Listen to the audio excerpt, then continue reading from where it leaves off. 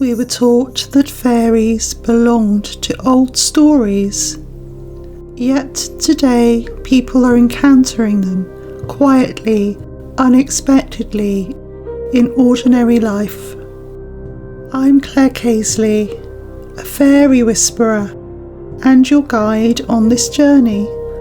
On the Fairy Whispering podcast, I speak with guests who've met these beings at the edges of perception and the thresholds of the everyday.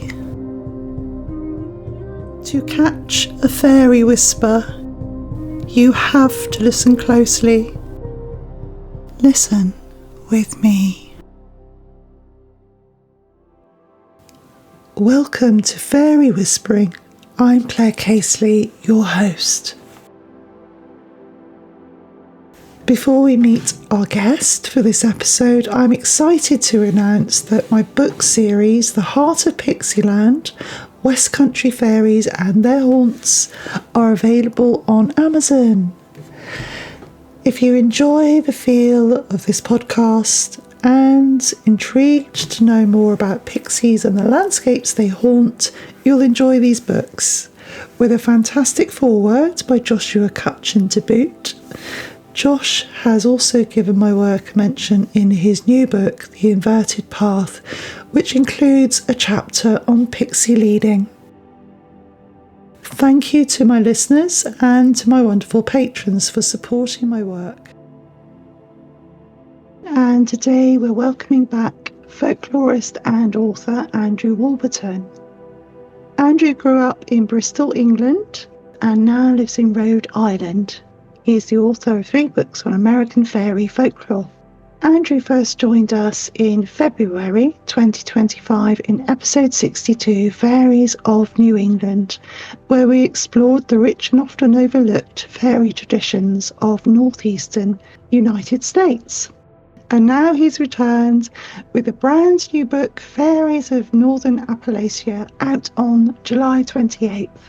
It's a deep atmospheric journey through the German, Irish and Appalachian traditions that shaped the region's fairy lore, from underground beings to household spirits, from fairy stones to modern encounters. So settle in and join us as we step into the fairy lore of Northern Appalachia. Welcome, Andrew.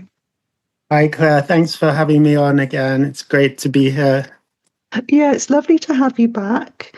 And I'm looking forward to diving into your book. Your books have a real strong sense of place. Northern Appalachia is quite a mountainous region, am I right, with forests? Well, it starts up in Pennsylvania. Well, the Appalachian Mountains actually go from northern Georgia all the way up to Maine. Mm-hmm. But what we call Appalachia would be like a more kind of mountainous part. So my book begins in Pennsylvania and then it kind of goes down the Appalachian Mountains through Virginia, West Virginia, and then Kentucky, and part of eastern Ohio. So it covers quite a lot of territory, but yeah, it is all mountains. So the subtitle is A History of the Little People of the Mountains. There's something that just popped into my head from a previous guest that I interviewed. Yeah, who saw a little person in the mountains. But not which mountains? It was actually in Colorado, the Rocky Mountains. Yeah. Mm-hmm. So a little bit further away. What was their experience?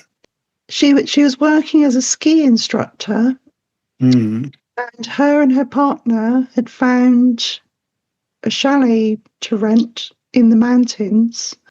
And whilst her and her partner were filming, just making some goofy movies, she caught on video a little being looking out of the wardrobe at what was going on.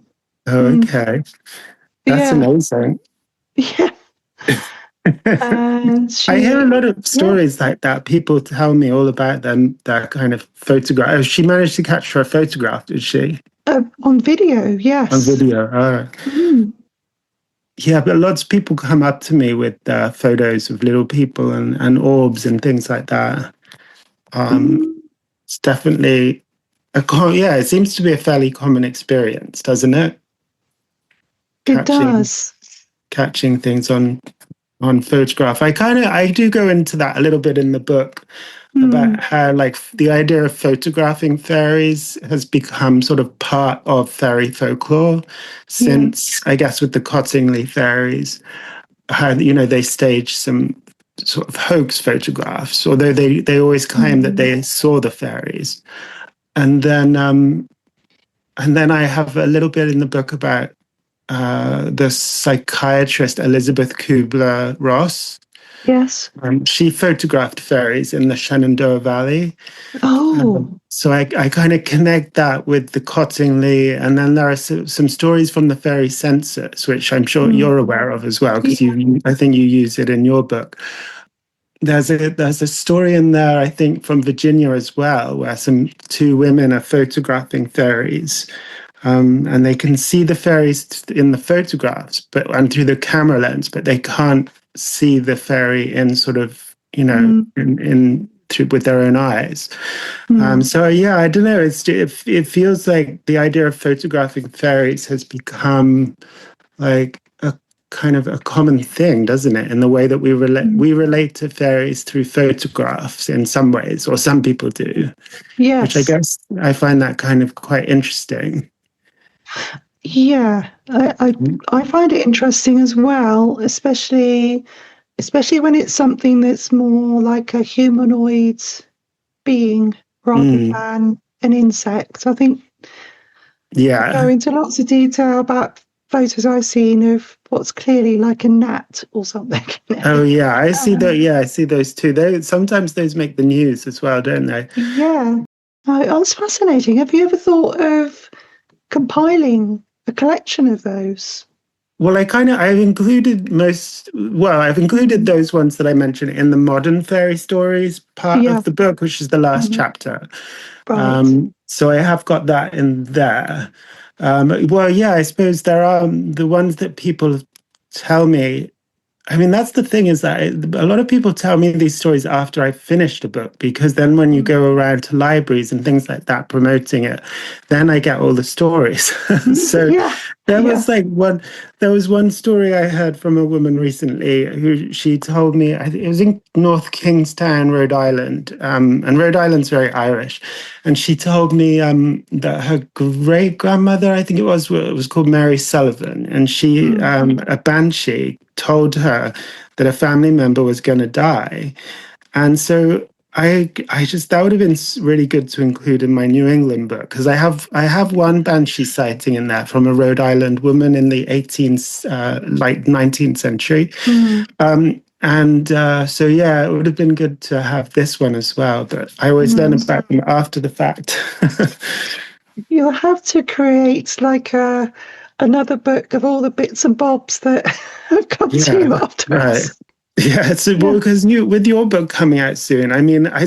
suppose you've taken a long, long time over the book, haven't you? Mm. So you probably Yeah. have pretty much everything, I would have thought, in your pixie with Mm. the pixies in the West Country, and but I don't know, maybe you'll still find stuff as well, more stuff. Yeah, I think, well, like you say, once you have the book out there, that's when people come up to you. But people Yes, who don't know about your work, and then you go to a library or a local hall or something, and there'll be somebody that says, "Well, yeah, I've got a story about that." And you're like, "Oh my goodness!" So I'm sure that'll exactly. happen. I hope it Yeah. does. I know, yeah, right. Then you could, I mean, that's kind of what I use my website for as well, to add stuff, to the books, whatever. And so, what drew you to documenting Northern Appalachian fairy lore? I mean, everyone is like obsessed with Appalachia. I mean, I'm obsessed with Appalachia too. It's so beautiful. The mountains, it's just amazing to be there. Because living in New England, it is a lot flatter here until you get out to the western Massachusetts and you have the Berkshire Mountains. But other than that, we just don't have that landscape. So I've been on two research trips driving around Appalachia, one in the north for this book, and then one in the south for hopefully a future book. Um, and I just love being there, surrounded by the mountains. And there are so many because one of my interests in fairy lore is immigration. How people moved across the Atlantic, and did they bring their fairy lore? Did they not? How did it change when it came over? Um, so because Appalachia just had so many different types of immigrants, it just is a sort of really rich field of study. You Mm. have like the Germans. They came very early too. So the German immigrants came in the late 1600s, and then the Scots Irish came in the 1700s. That term Scots Irish seems to be more of like an American term. I don't know if you may not. Do you even use that term, Scots Irish? Mm.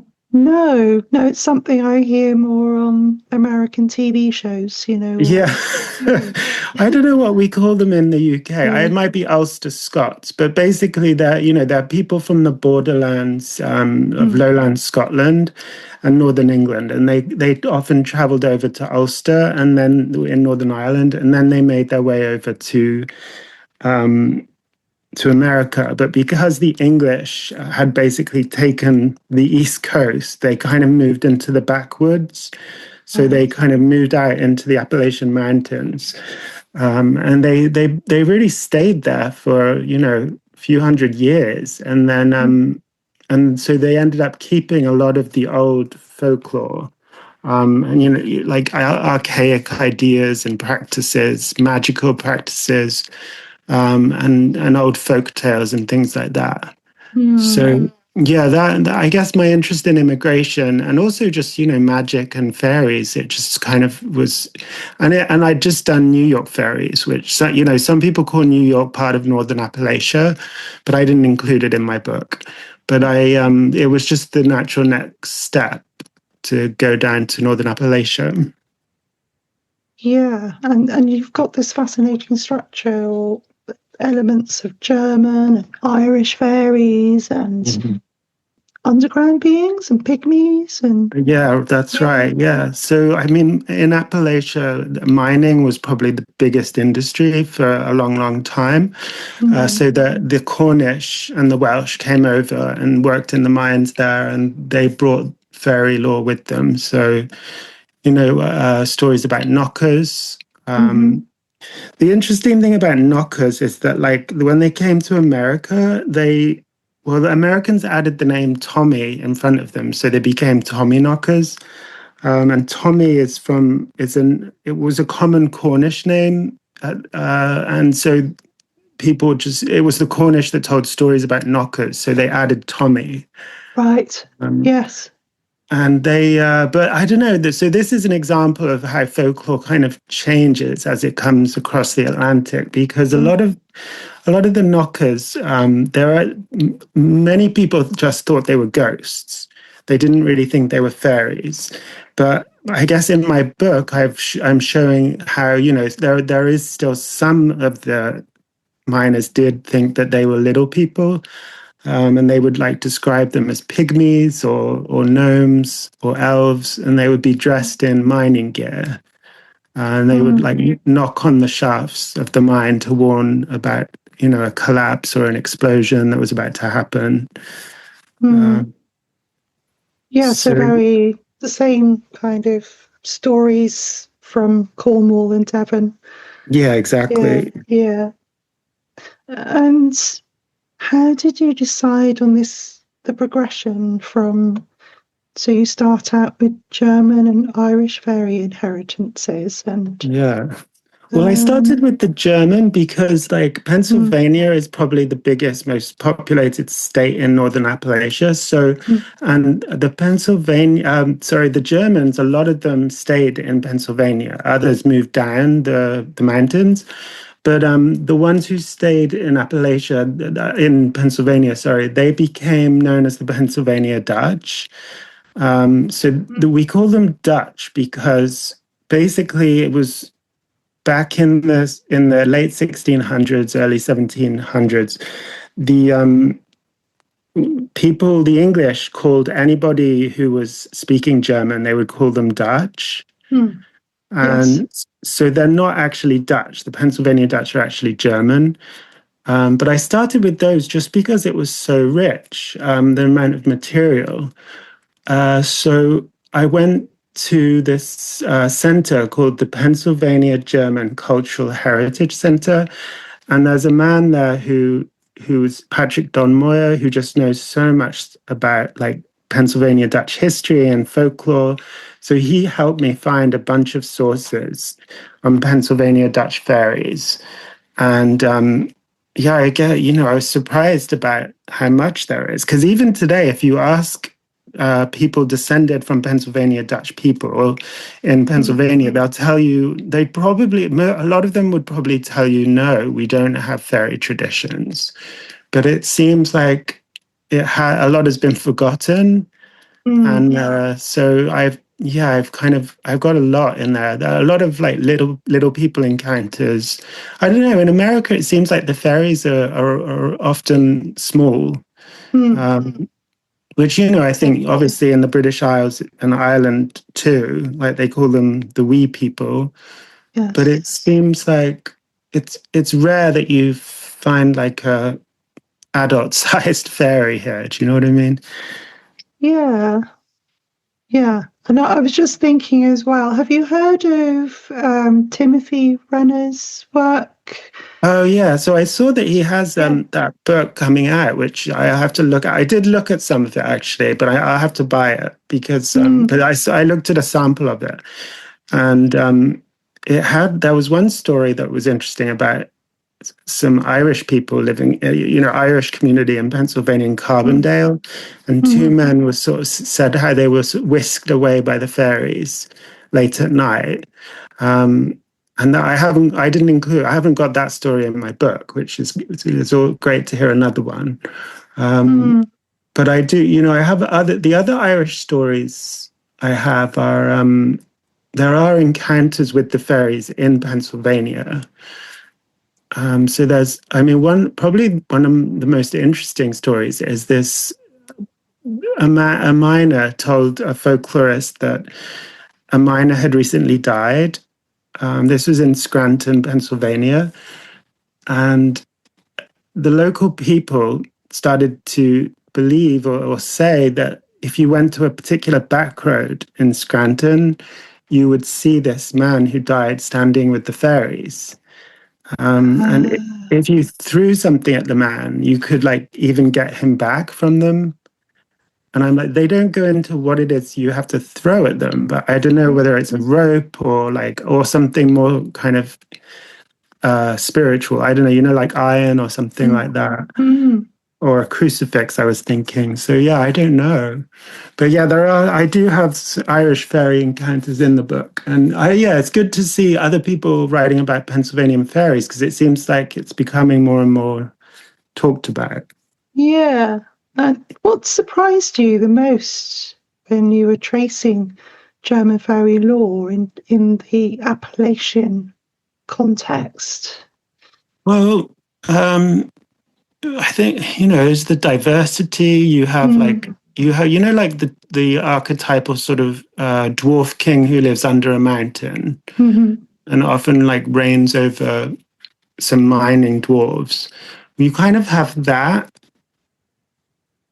idea Mm. coming over with the Pennsylvania Dutch. There are a mountain dwarf. And he was heard knocking underground. Like this was someone from a German from the 1780s from Germany came over and kind of traveled around the Pennsylvania Germans. And he said that one of the stories that they would tell in the 1780s was they would hear this knocking from underground, and they said it was this mountain dwarf. Um, Oh. so you have that. Then you have other sort of forest dwarves as well.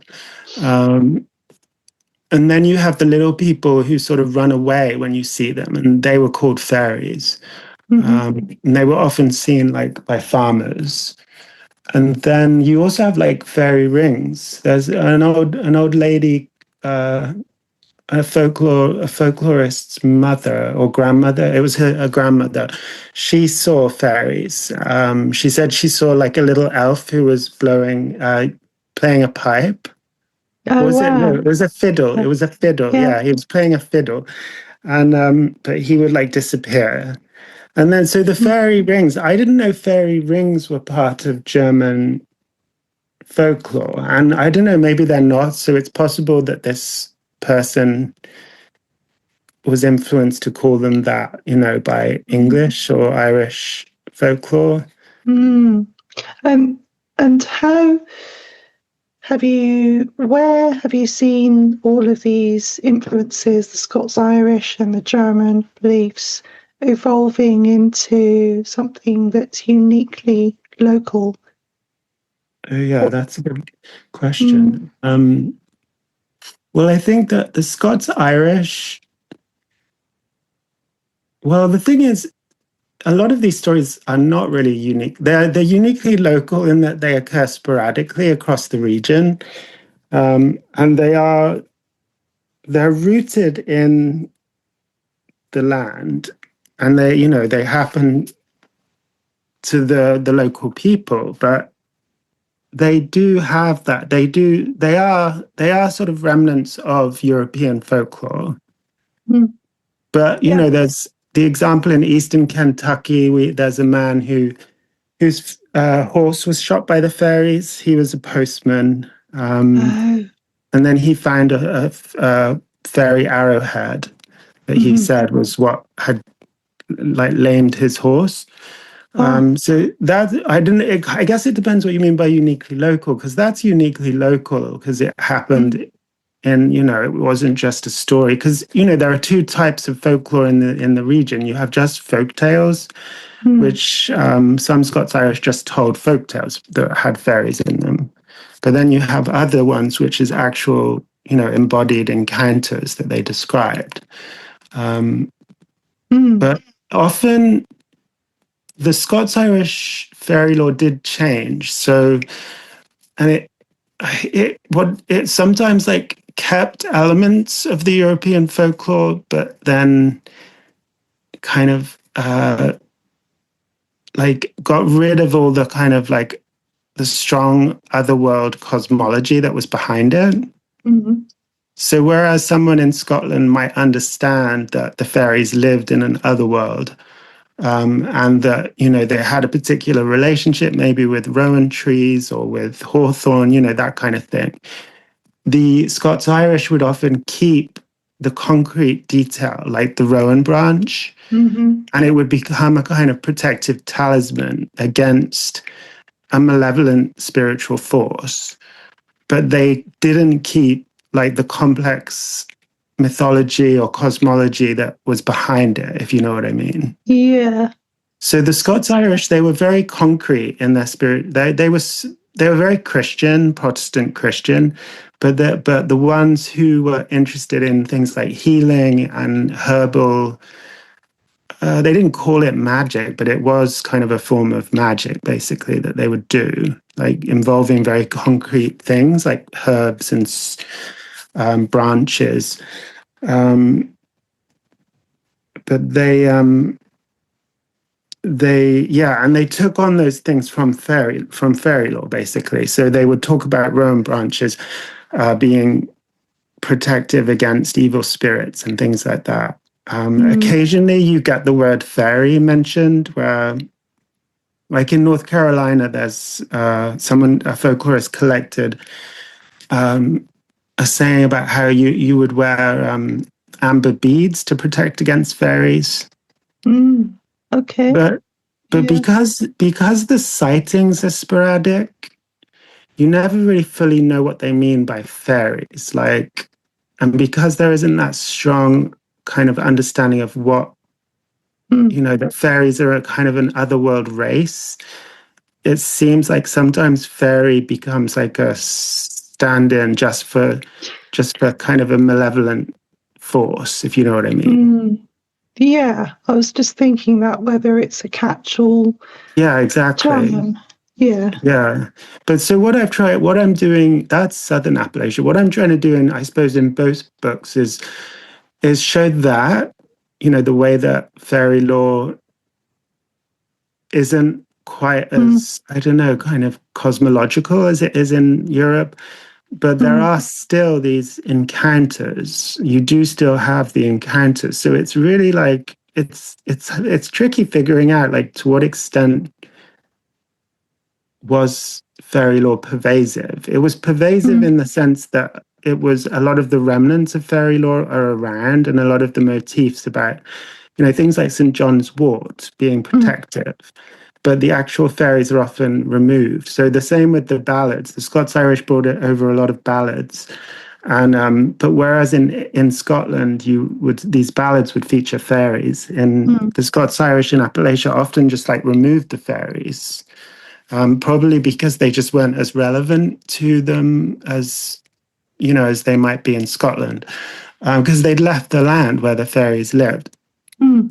But then you do still have some surviving fairy ballads in Appalachia. So, like True Thomas, Thomas of Ercildoune, um, that ballad survives with fairies in it. And then also there's a ballad called The Wee Wee Man that was sung in Appalachia. Mm. So they must have, the people who sang, at least the ones who sang these ballads, they must have known about fairies. I mean, we know that they knew about fairies, but they kept the ideas about fairies alive. We've spoken a little bit about underground fairies. Are the Mhm. underground fairies the Tommy knockers? The And Tommy knockers, yeah. Yeah, so they're Tommy knockers, but I don't know, the story that is the most like embodied that mm, comes out of like Pennsylvania is the person who has the encounter with the Tommyknocker describes them like fully as being like an 8-inch little man standing in a crevice in the coal mine. oh, This is in the town of Pottsville, which is in the Schuylkill Valley. mhm, It's a kind of mining part of Pennsylvania, and but he calls this little Tommyknocker, he calls it a brownie. And so that kind of confused me a little bit. Apparently, he was a Welshman. And so I think this is where I checked in. I always, if I'm stumped by something, I check in with the Fairy Investigation Society Facebook group because yes. there are so many knowledgeable people in that group. So I Mm, asked, and it was Simon Young who basically runs this society in the group, right? And he's a famous researcher, but he sent me some sources about the Cornish and the brownie, and whether, to what extent did the brownie like come down from lowland Scotland to like places like Cornwall. I think he mm, concludes that basically the brownie was never a part of Welsh or Cornish folklore. yeah. But anyway, so this Welshman said brownie, and I'm thinking he must have heard that word from American media, because I think Mm, that word had kind of exploded in American media, stories about brownies. So he called it a brownie. But anyway, this little brownie was holding up his index finger like a warning. Um, oh, yeah, and then there was this gas explosion, um, oh. and this miner had heard like chattering before the explosion. And then a journalist paid him $5. I think this was like maybe a week later, and this Welshman took the journalist down into the mine and was like showing him where these brownies apparently live.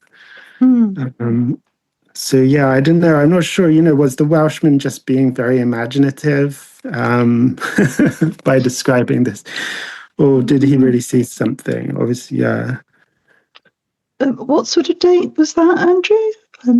That was in 1880. Yeah, it was Right. 1880 because I tried to trace a lethal gas explosion in the Mm, area, and the closest one that I could find was from 1879. It was mm, from it was near, or it was sort of on the outskirts of Pottsville. So I don't know Yeah. if that was the explosion. Mm. So Yeah, that's it. Wow. Oh, I love that. That's exactly the kind of thing I would have done. I would have gone straight to the newspapers and thought, yeah, ah, was that a real thing that happened? Or, yeah, yeah, exactly. fascinating. I know. And then, so that's a case of the flip Oh, side. underground. Yeah. Yeah. So that's the sort of flip side of these fairies, or, that they can be kind and helpful, but they're also accused of misleading minors as well. So Oh, yeah, that's, that's right. yeah. Which one is sort of more common in Cornwall? Do you know, the sort of misleading or helping? I think the naughty misleading, where they're knocking to Oh, okay. mislead the Oh, minors. oh, But so I they're, feel like, yeah, go on, sorry. but it depends. I think some of that is linked to the behavior of the minor. So, like, if there's a bit of a moral dimension to it. So, if the miner's greedy Mm, and is trying to take too much gold or minerals, or is saying rude things about the piskies, or the knockers, then they're not treated, you know, nicely by by yeah, the fairies. But if they're, you know, conscientious and only take their fair share and give something back to the fairies, then they're more likely to be led to a really good load. right. That's the Um, thing. The thing with America is that I feel like none of the really sort of misleading side, I think, really survived in America. It seems like they were always just good, mm, because all of the talk about Tommyknockers seems to be positive. Like there are other, mm, people would write into newspapers and talk about Cornish miners that they knew, who would talk about the Tommyknockers, and it was always in a very positive sense. yeah. Um, and actually, that's kind of that correlates with other manifestations of fairy lore in America, where basically the fairies are remembered as sort of uh, kind and doing and kind of blessing people. Mm, Like I mm, kind of go into that more in the Irish folklore, where like in Ireland they would sort of put things like St. John's wort, I think, and rowan branches around the home to keep fairies out. mm, But you don't find any of that really in America. It's more just like, oh, my the fairies once like tested my ancestor, say my great grandmother, and she proved to be sort of kind to the fairies. So the fairies rewarded her with cornmeal or something during the famine. yeah. So it's much more like fairies are just remembered as the good side, the helpful side. And I don't Mm, know. I think that it's difficult to say why that took place in America, and it feels like I wonder if it's something to do with what I was saying earlier about the sort of the way that the cosmological or mythological background of fairies kind of dissolved in some ways when it came over here. Because yes. in Ireland, say, if you believe in that mythology or that other world, then you really would take actions to protect yourself from it. Mm, Whereas when they came to America, it seems like and that belief kind of things kind of, so I don't want to say died out, but you know what I mean, like mhm, that. mm, um, but because that strong otherworld background sort of died out, they didn't have to take those types of protective measures, and fairies were to some extent maybe domesticated a little bit, or they became associated with nostalgia, or like Ireland back home where we come from, our identity as Irish people. So we mm, tell stories about fairies, but we don't need to tell these stories about protecting from fairies. We can just remember how they sort of blessed our ancestors, that kind of thing. mm. Yeah. Um, How much of that do you think is being, extracted from a different kind of cultural and religious background as well? Because I yeah, was wondering if it's sort of a bit more when they came to America, the cultural diversity that was there yeah, helped to maybe soften those edges. I don't know. yeah. I think that's probably true, isn't it? Yeah. They weren't just among other Irish people. They Mm. were, and then that I guess that reminds me of the story of James Devoy. Was it Right. James? And there's a man in Pittsburgh who heard the banshee, Mm-hmm. and he took it really badly. Like he sort of shut himself in his room. He was terrified, but he was. This was in the 1880s as well, Mm. um, and he. He was living in a house with just, I guess, Anglo Americans. They weren't Irish people, so they didn't understand his beliefs, and I think they weren't sure what to make of him, like him Mm. having such a strong reaction. So he was very popular apparently in the neighborhood, but his immediate family members had all died except for his sister, and she lived in Ireland. So he was kind of isolated to some extent, it sounds like, although he would go to the cathedral. Mm. Um, but yeah, that's an example of how, someone holding Irish fairy beliefs came to America. They were no longer surrounded by Irish people, and they were sort of treated as if their ideas were kind of just sort of crazy, Mm. which probably exacerbated his reaction, which, why he had what sounds like a kind of nervous breakdown. Yeah. Um, but yeah, so I think that probably does explain a lot about why it happened. And also, I think apparently priests in the Catholic Church in America during the 19th century, they wanted to sort of, in a way, sort of discipline the congregation, Mm. so that they weren't holding these old beliefs anymore. Mm-hmm. Uh, so he probably didn't. I don't know. I'm thinking when he went to the cathedral, I'm not sure how much understanding he would have received from a priest there. I mean, probably a kind of emotional support understanding, but Mm. yeah. Yeah. Mm. So it's kind of like where the belief becomes so alive in Yeah, but it is. someone's. Yeah. Yeah, it's a bit strange how some beliefs do. Some beliefs soften, and Mm. people kind of hold on to the idea of fairies, but lose the sense of like, oh, fairies are an immediate danger. But then you have the banshee, which seems like it survived much more rigorously, and people still Mm. heard the banshee. Like, I have in the book about a small town in Pennsylvania and how the whole community would hear the banshee. Yeah. And they would say it was the banshee, and it would make chills run up their spines. This one man says, and so some Irish people really thought that the banshee could just travel with the families as they moved. Mm. Other families, like I got in my New York book in Hell's Kitchen, they said the banshee wouldn't come across the ocean.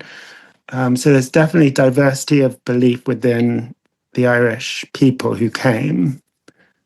That's so fascinating. Yeah. Yeah.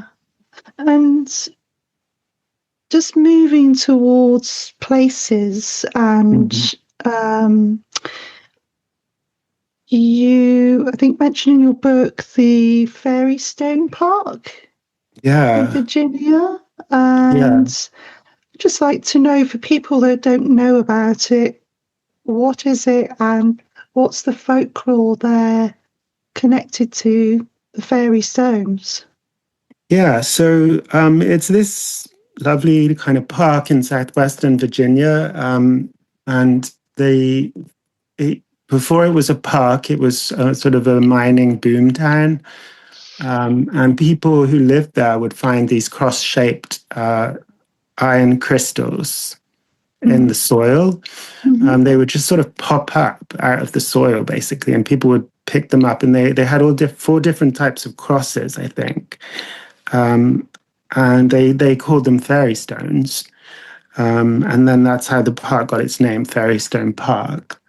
So in the book, I've tried to sort of trace a history of that folklore around the fairy stones.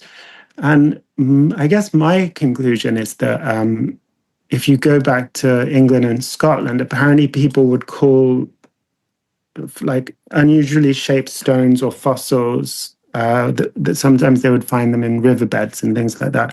Yeah. They would call them fairy stones. And it would be sort of a luck thing, finding one would bring good luck. That's, how like the fairies can be associated with danger, but then they're also often associated with luck. Yes. So I've kind of traced that story. That's where it was the Scots-Irish again who lived there. So I think that the Scots-Irish probably found these stones and started calling them fairy stones based on like what they remembered from back home. And then around like 1894, at least this was the earliest reference I found, a much more complex legend sort of grew up around the stones. Like if you speak to some people in Appalachia, they'll tell you that this legend is the original legend and that it's ancient. But I don't know, I'm skeptical about that. But it could be, I can't know that it's not ancient. But basically, the legend is that there were fairies living in the area where Fairystone Park was, and a fairy messenger came over from Europe when Jesus was crucified. And they told the American fairies about this, what had happened. And so the fairies started crying. And that when their tears hit the ground, they formed these iron crystals that were cross-shaped. So that's the story. And I don't know if I'll annoy a lot of people by saying this.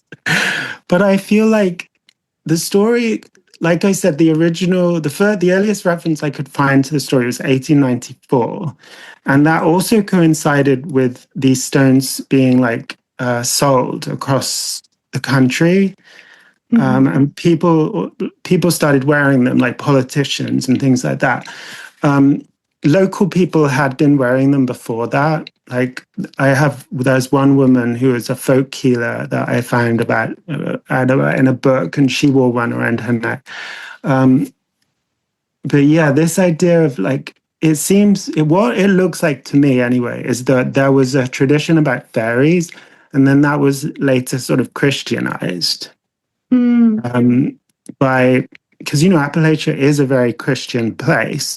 Yes. And if you want to sell these stones across the country, one way to do that would be to create this legend of how the fairies are actually sort of closet Christians. Yeah.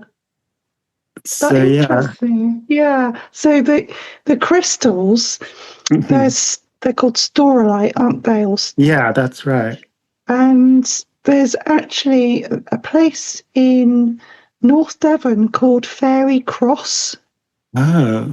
And which I've included in my book. Oh, excellent. What's that place? Yeah, what is the story about that place? Well, all I know is that it's called Fairy Cross because of the staurolite crystals that are found there, which are called fairy crosses. Oh, wow. I haven't found much of any folklore about the crosses, just that they're called fairy crosses. Yeah, I think it's this thing, isn't it? When people come across something in nature that looks almost like more than natural or somehow like, just sort of unexplainable, people often associate them with fairies, don't they? And and then collecting something also seems to be another thing that people associate with fairies. If you can collect something from the ground. Yes. Crystals, or in Ireland it was black stones, wasn't it, that were called fairy stones? Okay. Yeah. Got Yeah. somewhere. The other Yeah. thing that is kind of complicates the story is that the Cherokee also have stories that are kind of similar to that myth Mm. about the crucifixion. Mm-hmm. They have like two stories in their sources. One is that the Cherokee wept when they were, forced out of North Carolina, or out of their homelands rather, and they were forced to go to Oklahoma on the Trail of Tears. Mm. So some stories say that the Cherokee wept and their tears turned into these crystals. Oh. But there are also stories about their little people and how they were the ones who wept when a fairy messenger came over and told them. Um, Oh. yeah, so it gets mixed up, Yeah. and that's something I found throughout Appalachia. Is this, well, more actually in southern Appalachia? There's a mixing of Cherokee and Scots Irish Mm. stories and ideas. They do get mixed, but it seems to me more on the side of like the Cherokee influencing Scots Irish people rather than the other way around. Mm. Although I Mm. guess you could say that the Christian themes were probably a Scots Irish moving towards Cherokee, Yeah. in terms of influence. Um, but yeah, that's where I went and met Mary Joyce, which I know Oh, you yes. mentioned that you'd read her book. Mm. But she is fascinating. She recorded these interviews with these people. I think they were in their sort of 80s at the time. Mm-hmm. I think a lot of them have passed away now since she recorded this stuff. But they told stories about like that they'd seen these tunnels first when Yeah. they were children at a high school, and then later that high school was turned into Cullowhee University, or was it North Carolina Mm. State University? I think it is. Mm-hmm. Um, and they saw these tunnels were under the building. So I went and I met her, and she drove me all around the campus, showing me where these little tunnels were found. And the people who saw them believed that they were made by the little people. Yeah. Um, and so it's hard to sort of tease out like what where their ideas about little people came from. Some of them mention the Cherokee talking to them about little people, so it Mm-hmm. feels like some of their ideas about little people are influenced by the Cherokee. But then the stories about Appalachian pygmies actually go back. The earliest mention of them I found is 1820. Um, Oh. but then in 1860, a man, or maybe earlier, I can't remember the date off the top of my head, but a man said that local farmers in Tennessee had long believed that a race of pygmies had lived in eastern Tennessee. Mm. So yeah, obviously there were Scots Irish ideas about little people, Mm. but then when you get to the 1930s, where Yeah. people were finding these tunnels, it's sort of they've been partly influenced by the Cherokee, I think. Yes. Yeah, her book is called Cherokee Little People Were Real. That's right. Yeah. So Isn't it? she's Yeah. she's a true believer, well, she moved down from Michigan to, I think it was Mm. Michigan or Wisconsin. They're Mm. next to each other, but she moved down to North Carolina, and she didn't believe in little people or anything, I don't think, until she got Mm. to North Carolina, and then she interviewed these men, and then she became a believer based on their testimony. So Yeah. it's really like it's very interesting how these ideas about little people are very much still alive, at least in Mm. southern Appalachia. Yeah, it's fascinating. And I spoke to a couple of guests last August, September time from Mm-hmm. Australia, and they were talking about pygmies in Oh, okay. Australia. Oh, Yeah, really? and how they were basically these little people, real physical little people, were Mm-hmm. hunted down almost out of existence.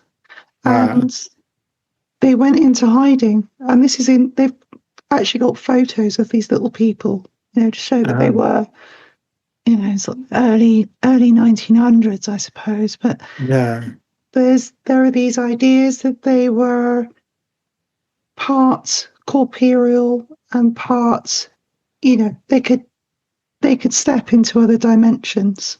Right. So yeah, it's interesting that there's It's sort of it's the same, isn't it? It's sort of the same, and it's I think in like in England as well, you had ideas around the same time about a pygmy race. mm, The fairies were a memory of this pygmy race. mm, Um,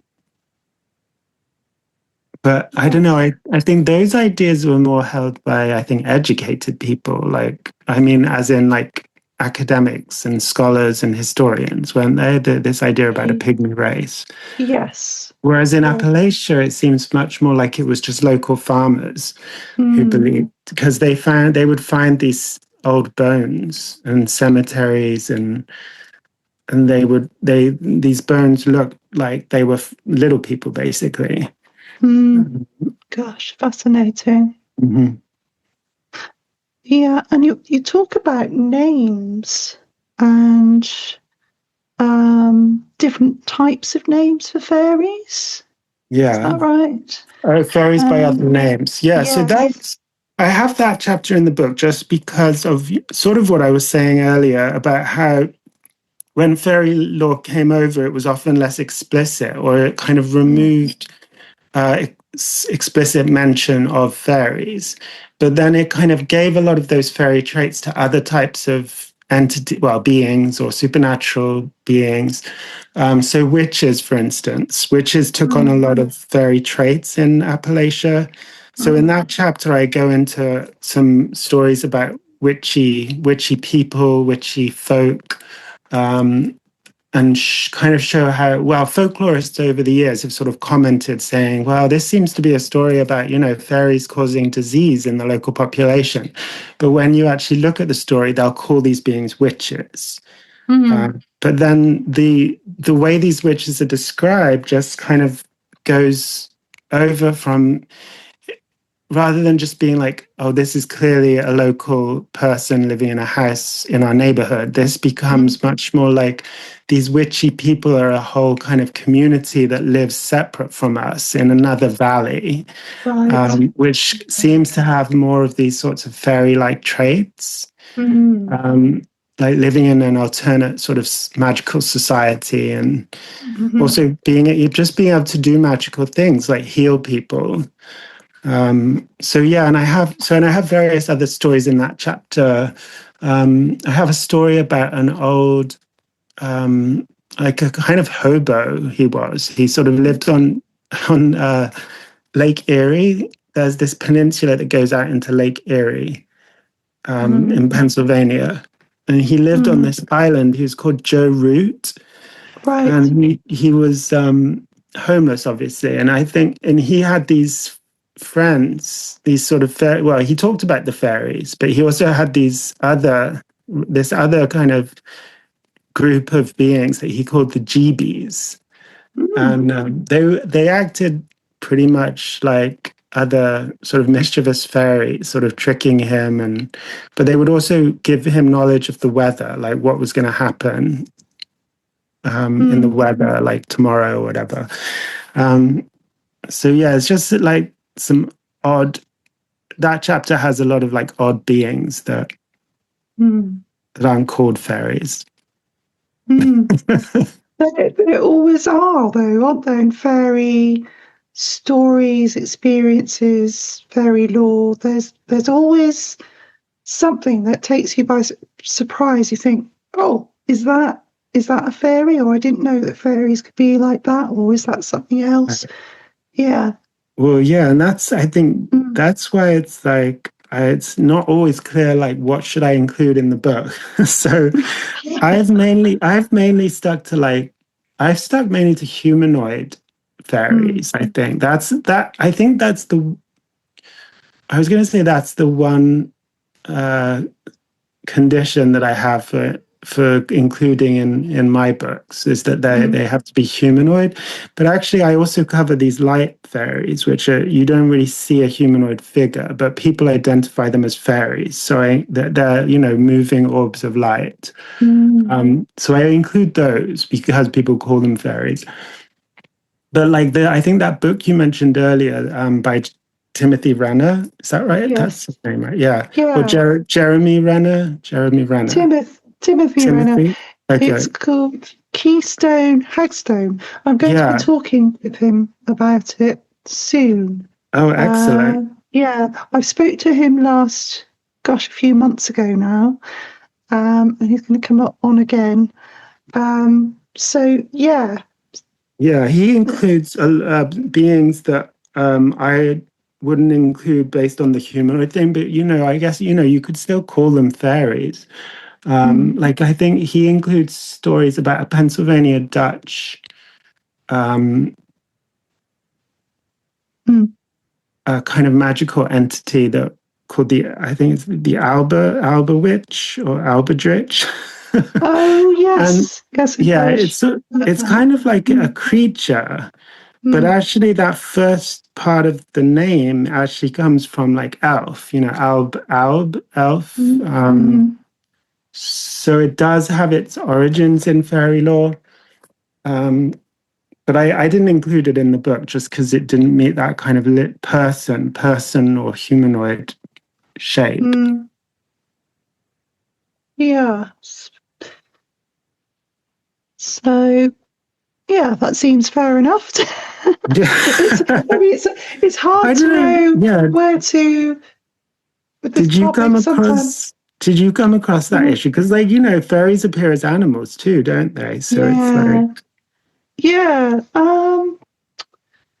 I think for me it was the physical beings, mm, um, and then the light phenomena, which is yeah, also attributed to pixies and other beings around the world. Like you're talking yeah, about the orbs of light, or the will o' the wisp, yeah, exactly.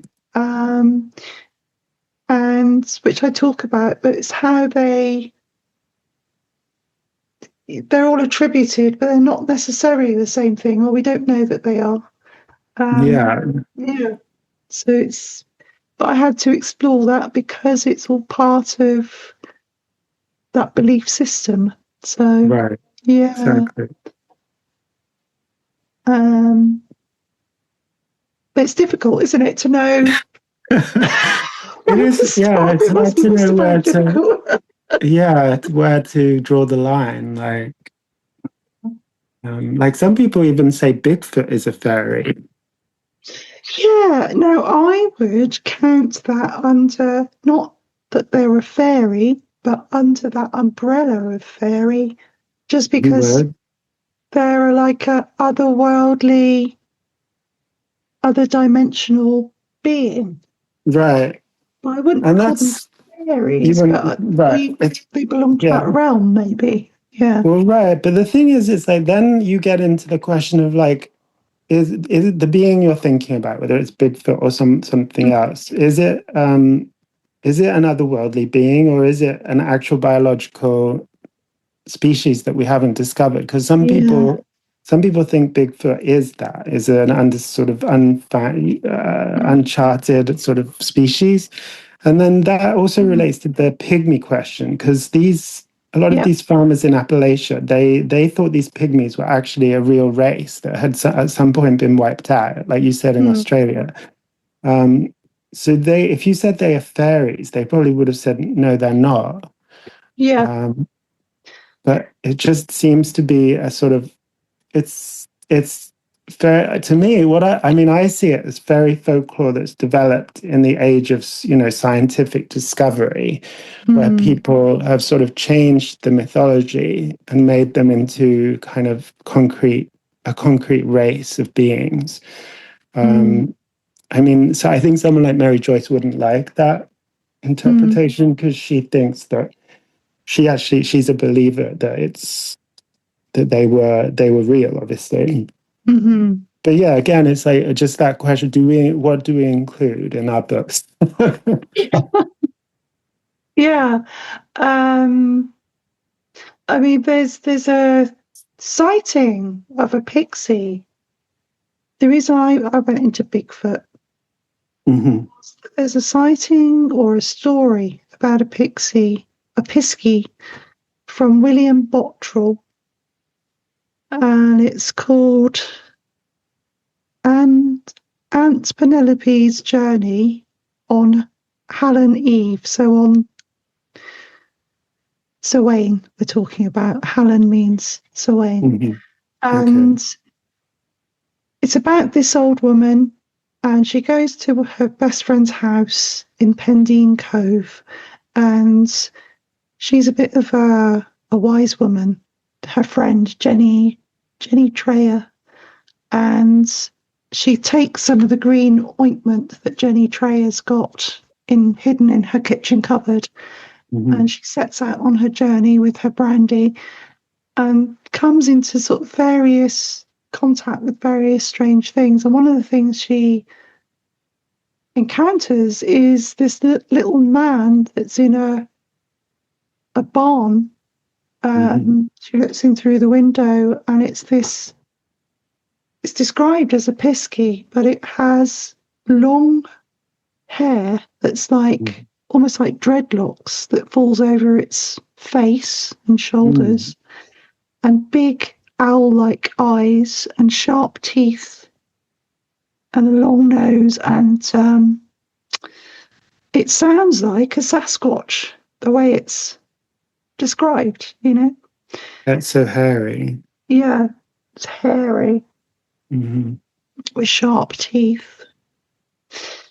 Um, Yeah, that is fascinating. And I think, yeah, a lot of these sound, well, yeah, I guess a lot of little people stories do cross over into Bigfoot. It seemed even like in the Berkshire Mountains, which is in Western Massachusetts, there's a story in the New York Times from the 19th century about some men who saw a little wild man. So he's like a little person, but he's covered in hair.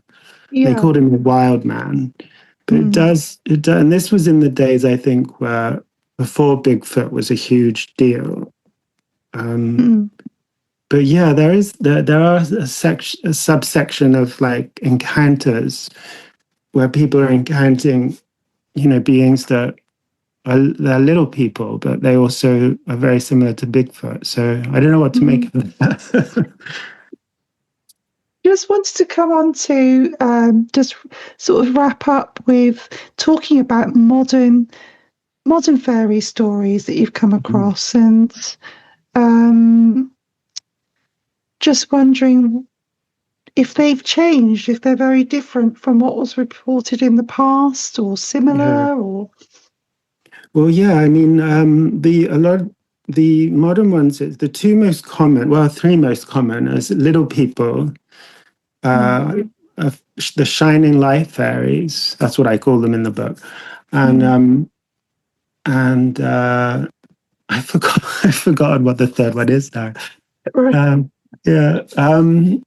So yeah, the shining light ones. Those are probably they're one of the most common. And I mm, found that all over America. So those when people talk about fairies, those are the ones. Oh, the third one was winged fairies. mm, Winged fairies and shining light fairies. I'd say across America, those are the ones people mostly encounter, and then maybe little people third. But I did find that in Appalachia, it was a slightly different where little people seem to be seen the most. mm, A lot of this, I'm basing it on the fairy census because just that's so useful. Um, mm. uh, so yeah, they've changed in that way because you would never have winged fairies in the past. No, Like people just didn't see fairies as winged, and I think I learned from somewhere that the first sighting of a winged fairy was like England in 1917, and it was basically the Cottingley girls. They were the ones who, I mean, they took these hoax photographs, but they also claimed that they did see fairies with mm, wings. Mm. So I don't know if that's the first, 1917, but I guess, the influence of Disney as I don't know, Mm. just made that a very commonly seen fairy. Um, Mm. then the Shining Light fairies, they've also changed because in the past they would have been called Will-o'-the-Wisps. Yeah. Um, but and they would lead people astray, or in North America often they chase people, which I don't know if that's much of a phenomenon in the British Isles Mm. to chase people, but I keep coming across chasing stories. And then Appalachia had all these sorts of protective magical traditions. So if you saw this is from Virginia, African American community. If you saw a will-o'-the-wisp, well, they call them jack-o'-lanterns. So Mm-hmm. it's, Jack with a lantern, pretty much. They would like draw a circle on the floor with a cross through it, and they would say something about in the name of the Father, the Son, and the Holy Ghost, and that was supposed to protect you from the jack-o'-lantern. Mm. So in the modern day, it's changed because, well, they don't use people don't use those words anymore. Really, I mean, Mm. at least that's the way it seems from the census. I'm sure people know what those words mean, but generally they describe them very kind of as immediately, as kind of being lights and orbs. Um, and then there's the winged fairies. I kind of mentioned those. There's a lot of those. And then the little people, I found there was a lot of little people encounters in Pennsylvania. And I kind of find that interesting because there is a history of folklore around little people going back a long way, especially in Pennsylvania Dutch Mm. folklore. So, whereas, the winged fairies is something that doesn't really have a long history, whereas I'd say the little people does, and you do see it reflected in the fairy census. Mm. Yes. They're often described similar to gnomes, Mm. which, Germanic, that those gnomes are sort of Germanic, aren't they? And they Mm. originate from that. So Mm. it seems right. Yes. Oh my gosh, there's so much I can say about Yeah. I mean, this. Yeah. yeah, I really want to do fairies of Southern Appalachia, Mm-hmm. just because again, it's just like so rich and it's so beautiful there. And Yeah. but I have to do another book first, so Mm. I wanted to go straight into fairies. I don't want to leave the fairies, and I just but I'm doing another book instead, which is not on fairies. So I'm partly sad about that. Mm. Exciting. I suppose you can channel some sort of fairy energy into that book, can't you? Possibly, I would love to Yeah. be able to do that. Yeah, Yeah. definitely. Yeah. That's the thing. As I was writing Fairies of Northern Appalachia, I had this Mm. like feeling of this color. It was, I don't know how this relates to fairies. Maybe you'll know, I don't Mm. know. But there was this strong feeling or just vision in my mind of this like purplish pink and or Mm. purple or pinkish purple. And it just was with me as I was traveling around Appalachia and as I was like researching the book. So I was really associating the book with that color and that energy. And then when they did it, the cover is like this deep green, which is lovely for the mountains and the forests. Mm-hmm. But I wonder what that thing, what does that relate to fairy lore in any way? That kind of color. I think people see colours, don't they, that Yeah, represent, for them personally, represent fairy connection. yeah. So Um, maybe that's my unconscious and what I think about fairy. yeah, I mean, yeah, it's just interesting to hear what you think it is because I could put an Yeah, interpretation on it, but it's what it means personally to you, right. Yeah, good really, point, actually. Andrew. Well, Um, it was inspiring, I think. It was mm, just, kept me going, that energy. Pink is quite nurturing, isn't it? It's quite a Yeah. nurturing sort of Hmm. colour, connected with the heart, quite Hmm. feminine. And then Hmm. purple is quite a spiritual colour, isn't it? It's It's people are regal. Oh, that It's reminds really me. cool. Yeah. Yeah, that reminds me. We haven't talked about fairy queens, but I maybe could just leave that for the book because you do find some fairy queens in Appalachia. Really? Well, yeah, but Oh. it's only it was only one kind of elderly woman who talked about them, Mm. and this was deep in the hills of eastern Kentucky. Yeah. Um, so yeah, I don't want to like draw too many conclusions about it, but at the end of the day, a lot of this folklore did get forgotten. Like these were Mm. people who, they weren't people who would be like publishing, right? So they weren't, a lot of their Mm. stories just got forgotten.